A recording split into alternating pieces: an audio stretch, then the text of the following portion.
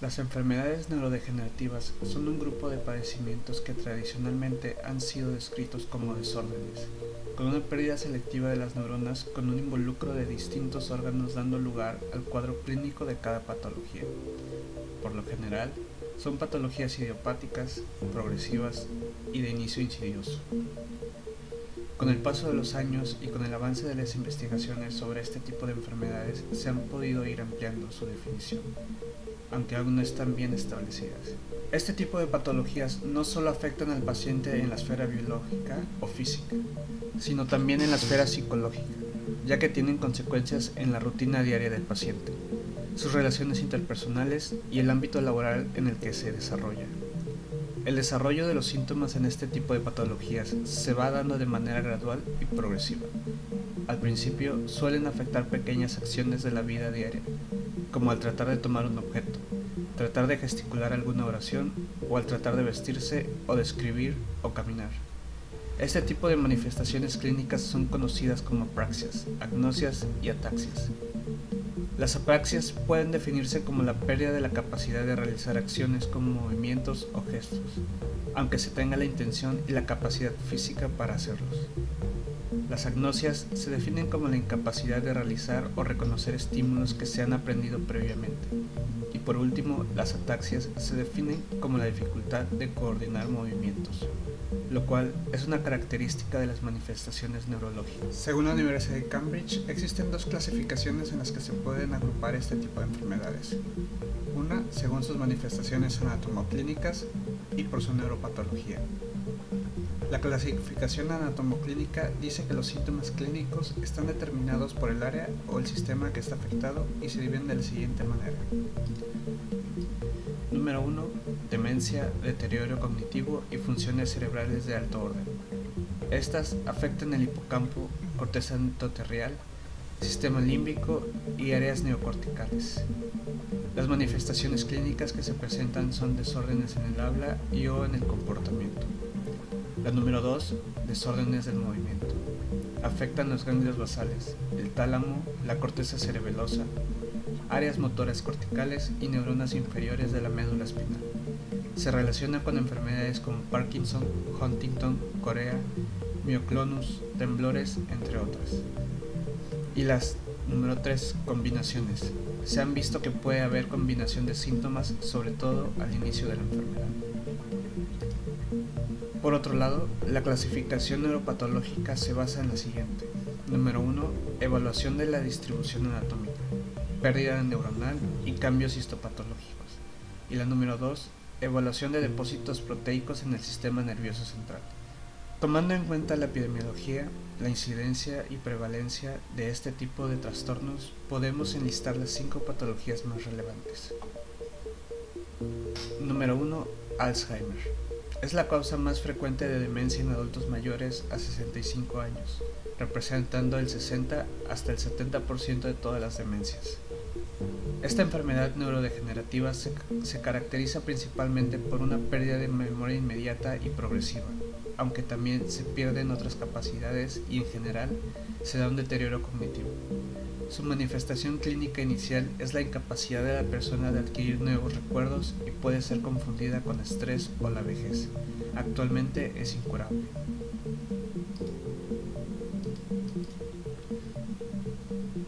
En la fisiopatología del Alzheimer, dos procesos degenerativos caracterizan esta patología.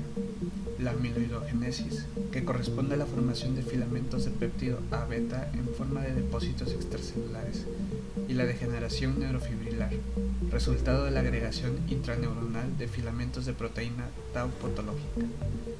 También se ha descubierto mutaciones patológicas en el gen APP del cromosoma 21, en la región que codifica el péptido amiloide beta, así como en los genes de las presinilinas PS1, cromosoma 14, y PS2, cromosoma 1.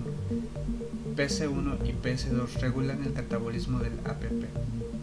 En resumen, se puede decir que la enfermedad de Alzheimer es esencialmente el resultado de una disfunción del APP, que induce directamente ganancia o pérdida de la función o indirectamente la degeneración neurofibrilar. Esta afecta sucesivamente a la región del hipocampo y a la corteza temporal en la fase subclínica, mientras que en las fases clínicas se ve afectada la corteza asociativa. Las neuronas colinérgicas parecen estar particularmente afectadas y en ellas se centran los tratamientos sustitutivos.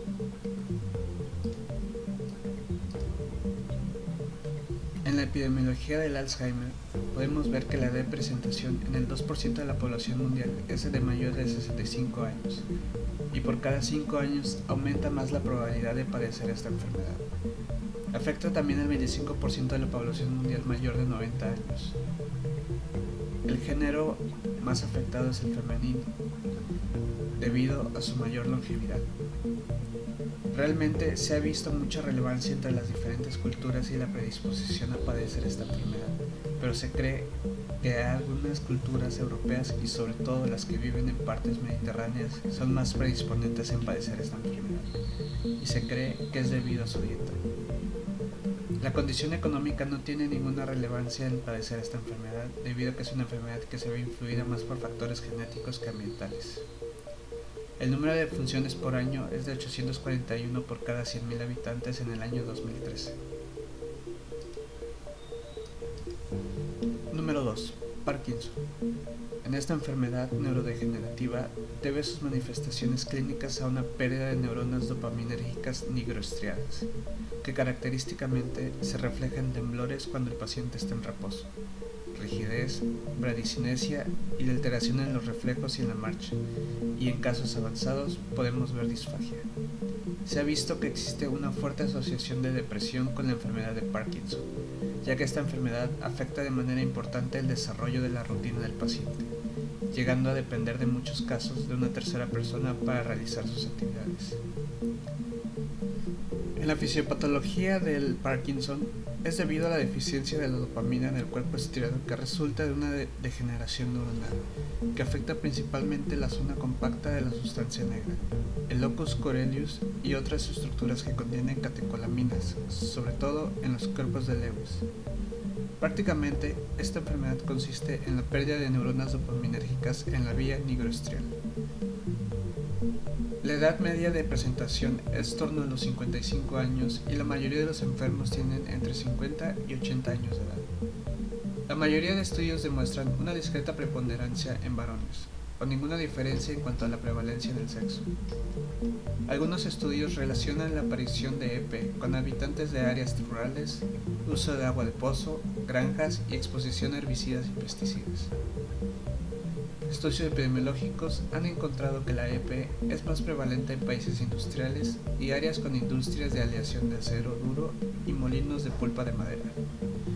Su número de frecuencia al año es de 150 por cada 100.000 habitantes. Número 3. Esclerosis lateral amiotrófica. Enfermedad neurodegenerativa que suele aparecer en el adulto entre los 40 y 70 años. Es una enfermedad progresiva. En algunos casos, esta progresión puede ser muy rápida o lenta. Lo que se ve afectado en esta patología es la musculatura del paciente, ya que se va generando una atrofia de la musculatura y en etapas avanzadas se da una atrofia total y por siguiente la muerte del paciente. Otra característica importante de la enfermedad es que no afecta las funciones cognitivas del paciente.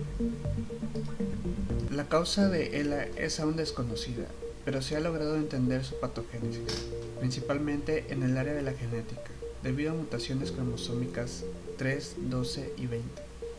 La mayoría de estas mutaciones son de fenotipo único, excepto por la ELA tipo 1, que es causada por una mutación en el superóxido dismutasa 1, o SOD1, aunque su mecanismo de acción aún no se ha identificado por completo. Es común que se presente entre las edades de 60 a 75 años. Existe una mayor prevalencia por el sexo masculino, pero a la edad de los 70 años la incidencia es la misma para ambos sexos. Existe una fuerte disposición en los habitantes de las islas de Guam.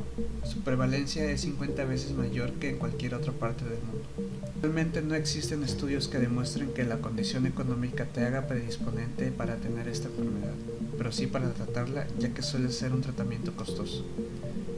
El número de defunciones al año son de 3 por cada 100.000 habitantes. Número 4. Esclerosis múltiple. Es una enfermedad neurodegenerativa crónica, autoinmune y progresiva, que afecta a la médula espinal y el cerebelo. Afecta principalmente a adultos jóvenes, principalmente a mujeres, y es considerada la primera causa de discapacidad no traumática. El cuadro clínico es muy variable de un paciente a otro. Puede ir desde una enfermedad con manifestaciones leves hasta una enfermedad rápidamente progresiva. Por lo general, se presenta como una patología sensitiva y motora, en una o más extremidades, aunque también puede presentar disartria, ataxia, diplopía, nistagmus y vértigo. En la antigüedad se creía que esta patología solo tenía afectación física, pero hoy en día se sabe que también hay involucro cognitivo.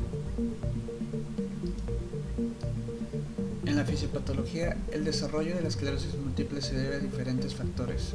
Se ha demostrado la presencia de factores inmunes que ocasionan una etiología patológica clásica que consta de 3 características: gliosis, desmielinización e inflamación perivenosa. La mielina consta de proteínas que, cuando ésta es destruida, las proteínas se liberan y son reconocidas por el complejo mayor de histocompatibilidad tipo 2, que van a activar el complejo receptor de las células T. En la esclerosis múltiple ocurre una disregulación inmunológica en los linfocitos T, que les permite reaccionar ante autoantígenos. Gracias a esta inmunoreactividad, los linfocitos T, mediante la integración con otras moléculas, logran adherirse a la membrana superficial para luego degradar el colágeno, matriz extracelular y fibronectina. Esto ocasionará la destrucción de los componentes de la mielina. Una vez ocurrido esto, se activarán otros mecanismos mediados por TH1 y TH2.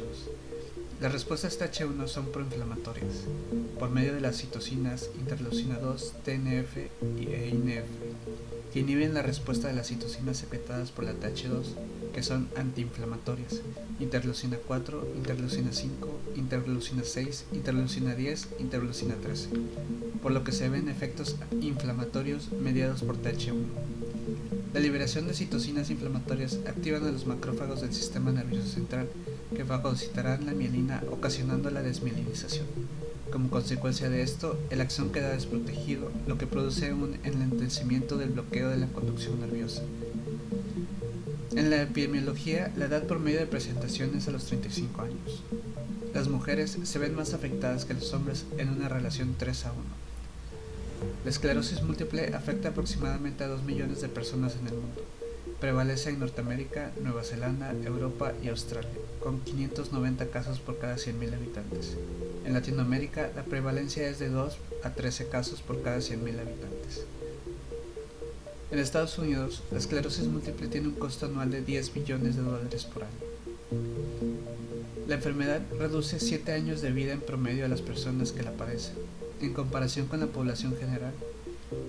El pico de mortalidad se encuentra entre los 54 y 66 años de edad. Se estiman de 3 a 10 muertes por cada 100.000 habitantes al año. Número 5. Enfermedad de Huntington. Es una enfermedad neurodegenerativa de herencia autosómica dominante que se caracteriza por alteraciones cognitivas, motoras, psiquiátricas progresivas. El inicio de la enfermedad se va determinado por el número de repeticiones que el paciente tenga del triplete CAG en su genoma, por lo que es muy variable de paciente a paciente. En cuanto a sus manifestaciones clínicas, se caracteriza por movimientos involuntarios, movimientos faciales, marcha inestable, dificultad para el habla, alucinaciones y psicosis. Actualmente no existe una cura para la enfermedad ni algún tratamiento para detener la progresión de esta. En la fisiopatología es causada por una mutación en el gen huntingtina, ubicado en el cromosoma 4. Es una enfermedad autosómica dominante en la que existe una expansión en el triplete GAG de más de 34 veces en el gen HTT, que ocasiona una disfunción en las células, entre ellas incluidas las neuronas, y posteriormente las lleva a su muerte. Esta enfermedad afecta principalmente a los ganglios basales, específicamente el núcleo caudado, que es parte del cerebro encargada de la planificación y control de los movimientos. Como parte de la fisiopatología, el Huntington afecta la función de las mitocondrias, provocando una alteración a la sensibilidad del calcio, lo que provoca a su vez una modificación en la traducción de señales, dando el cuadro clínico clásico de la enfermedad. La edad de presentación es entre los 35 y 55 años de edad. Afecta a ambos sexos por igual y no distingue entre grupos étnicos. Afecta aproximadamente a 8 por cada 100.000 habitantes en Europa, que el lugar es el más se presenta la enfermedad. En Estados Unidos, 30.000 personas padecen esta enfermedad aproximadamente. La enfermedad de Huntington no distingue entre clases sociales. La enfermedad de Huntington tiene un mal de pronóstico de vida, aproximadamente una esperanza de vida media de 15 a 20 años después de ser diagnosticado. La causa de defunción es la debilidad que ocasiona esta enfermedad, ocasionando predisposición a neumonías infecciosas, atragantamiento y falla cardíaca. Se estima 1 a 2 muertes por cada 100.000 habitantes al año. El conocimiento de las enfermedades neurodegenerativas es de suma importancia para el profesional de la salud, ya que, como se vio a lo largo de este tema, son enfermedades que comparten características entre sí, y si bien no existe un tratamiento definitivo o cura para muchas de esas patologías, su manejo, expectativa y calidad de vida sí varía entre una enfermedad y otra. Es importante considerar el aspecto biológico, psicológico y social del paciente, ya que son enfermedades con un gran impacto psicológico, tanto como para el paciente como para los familiares o personas que lo acompañan en su enfermedad. En los últimos años se han realizado estudios para entender mejor la fisiopatología molecular sobre el origen de estas enfermedades. Si bien aún no es del todo conocida la fisiopatología en todas las enfermedades, sí hemos logrado obtener más conocimientos de algunos de ellos que nos pueden orientar hacia cómo tratar a los pacientes. Aún no existe cura para estas enfermedades, pero en algunas de ellas puede detenerse el deterioro cognitivo, sensorial y motor que éstas originan, para darle al paciente una mejor calidad de vida. Actualmente se continúa la investigación de estas enfermedades para lograr obtener un tratamiento curativo para las personas que padecen alguna de estas.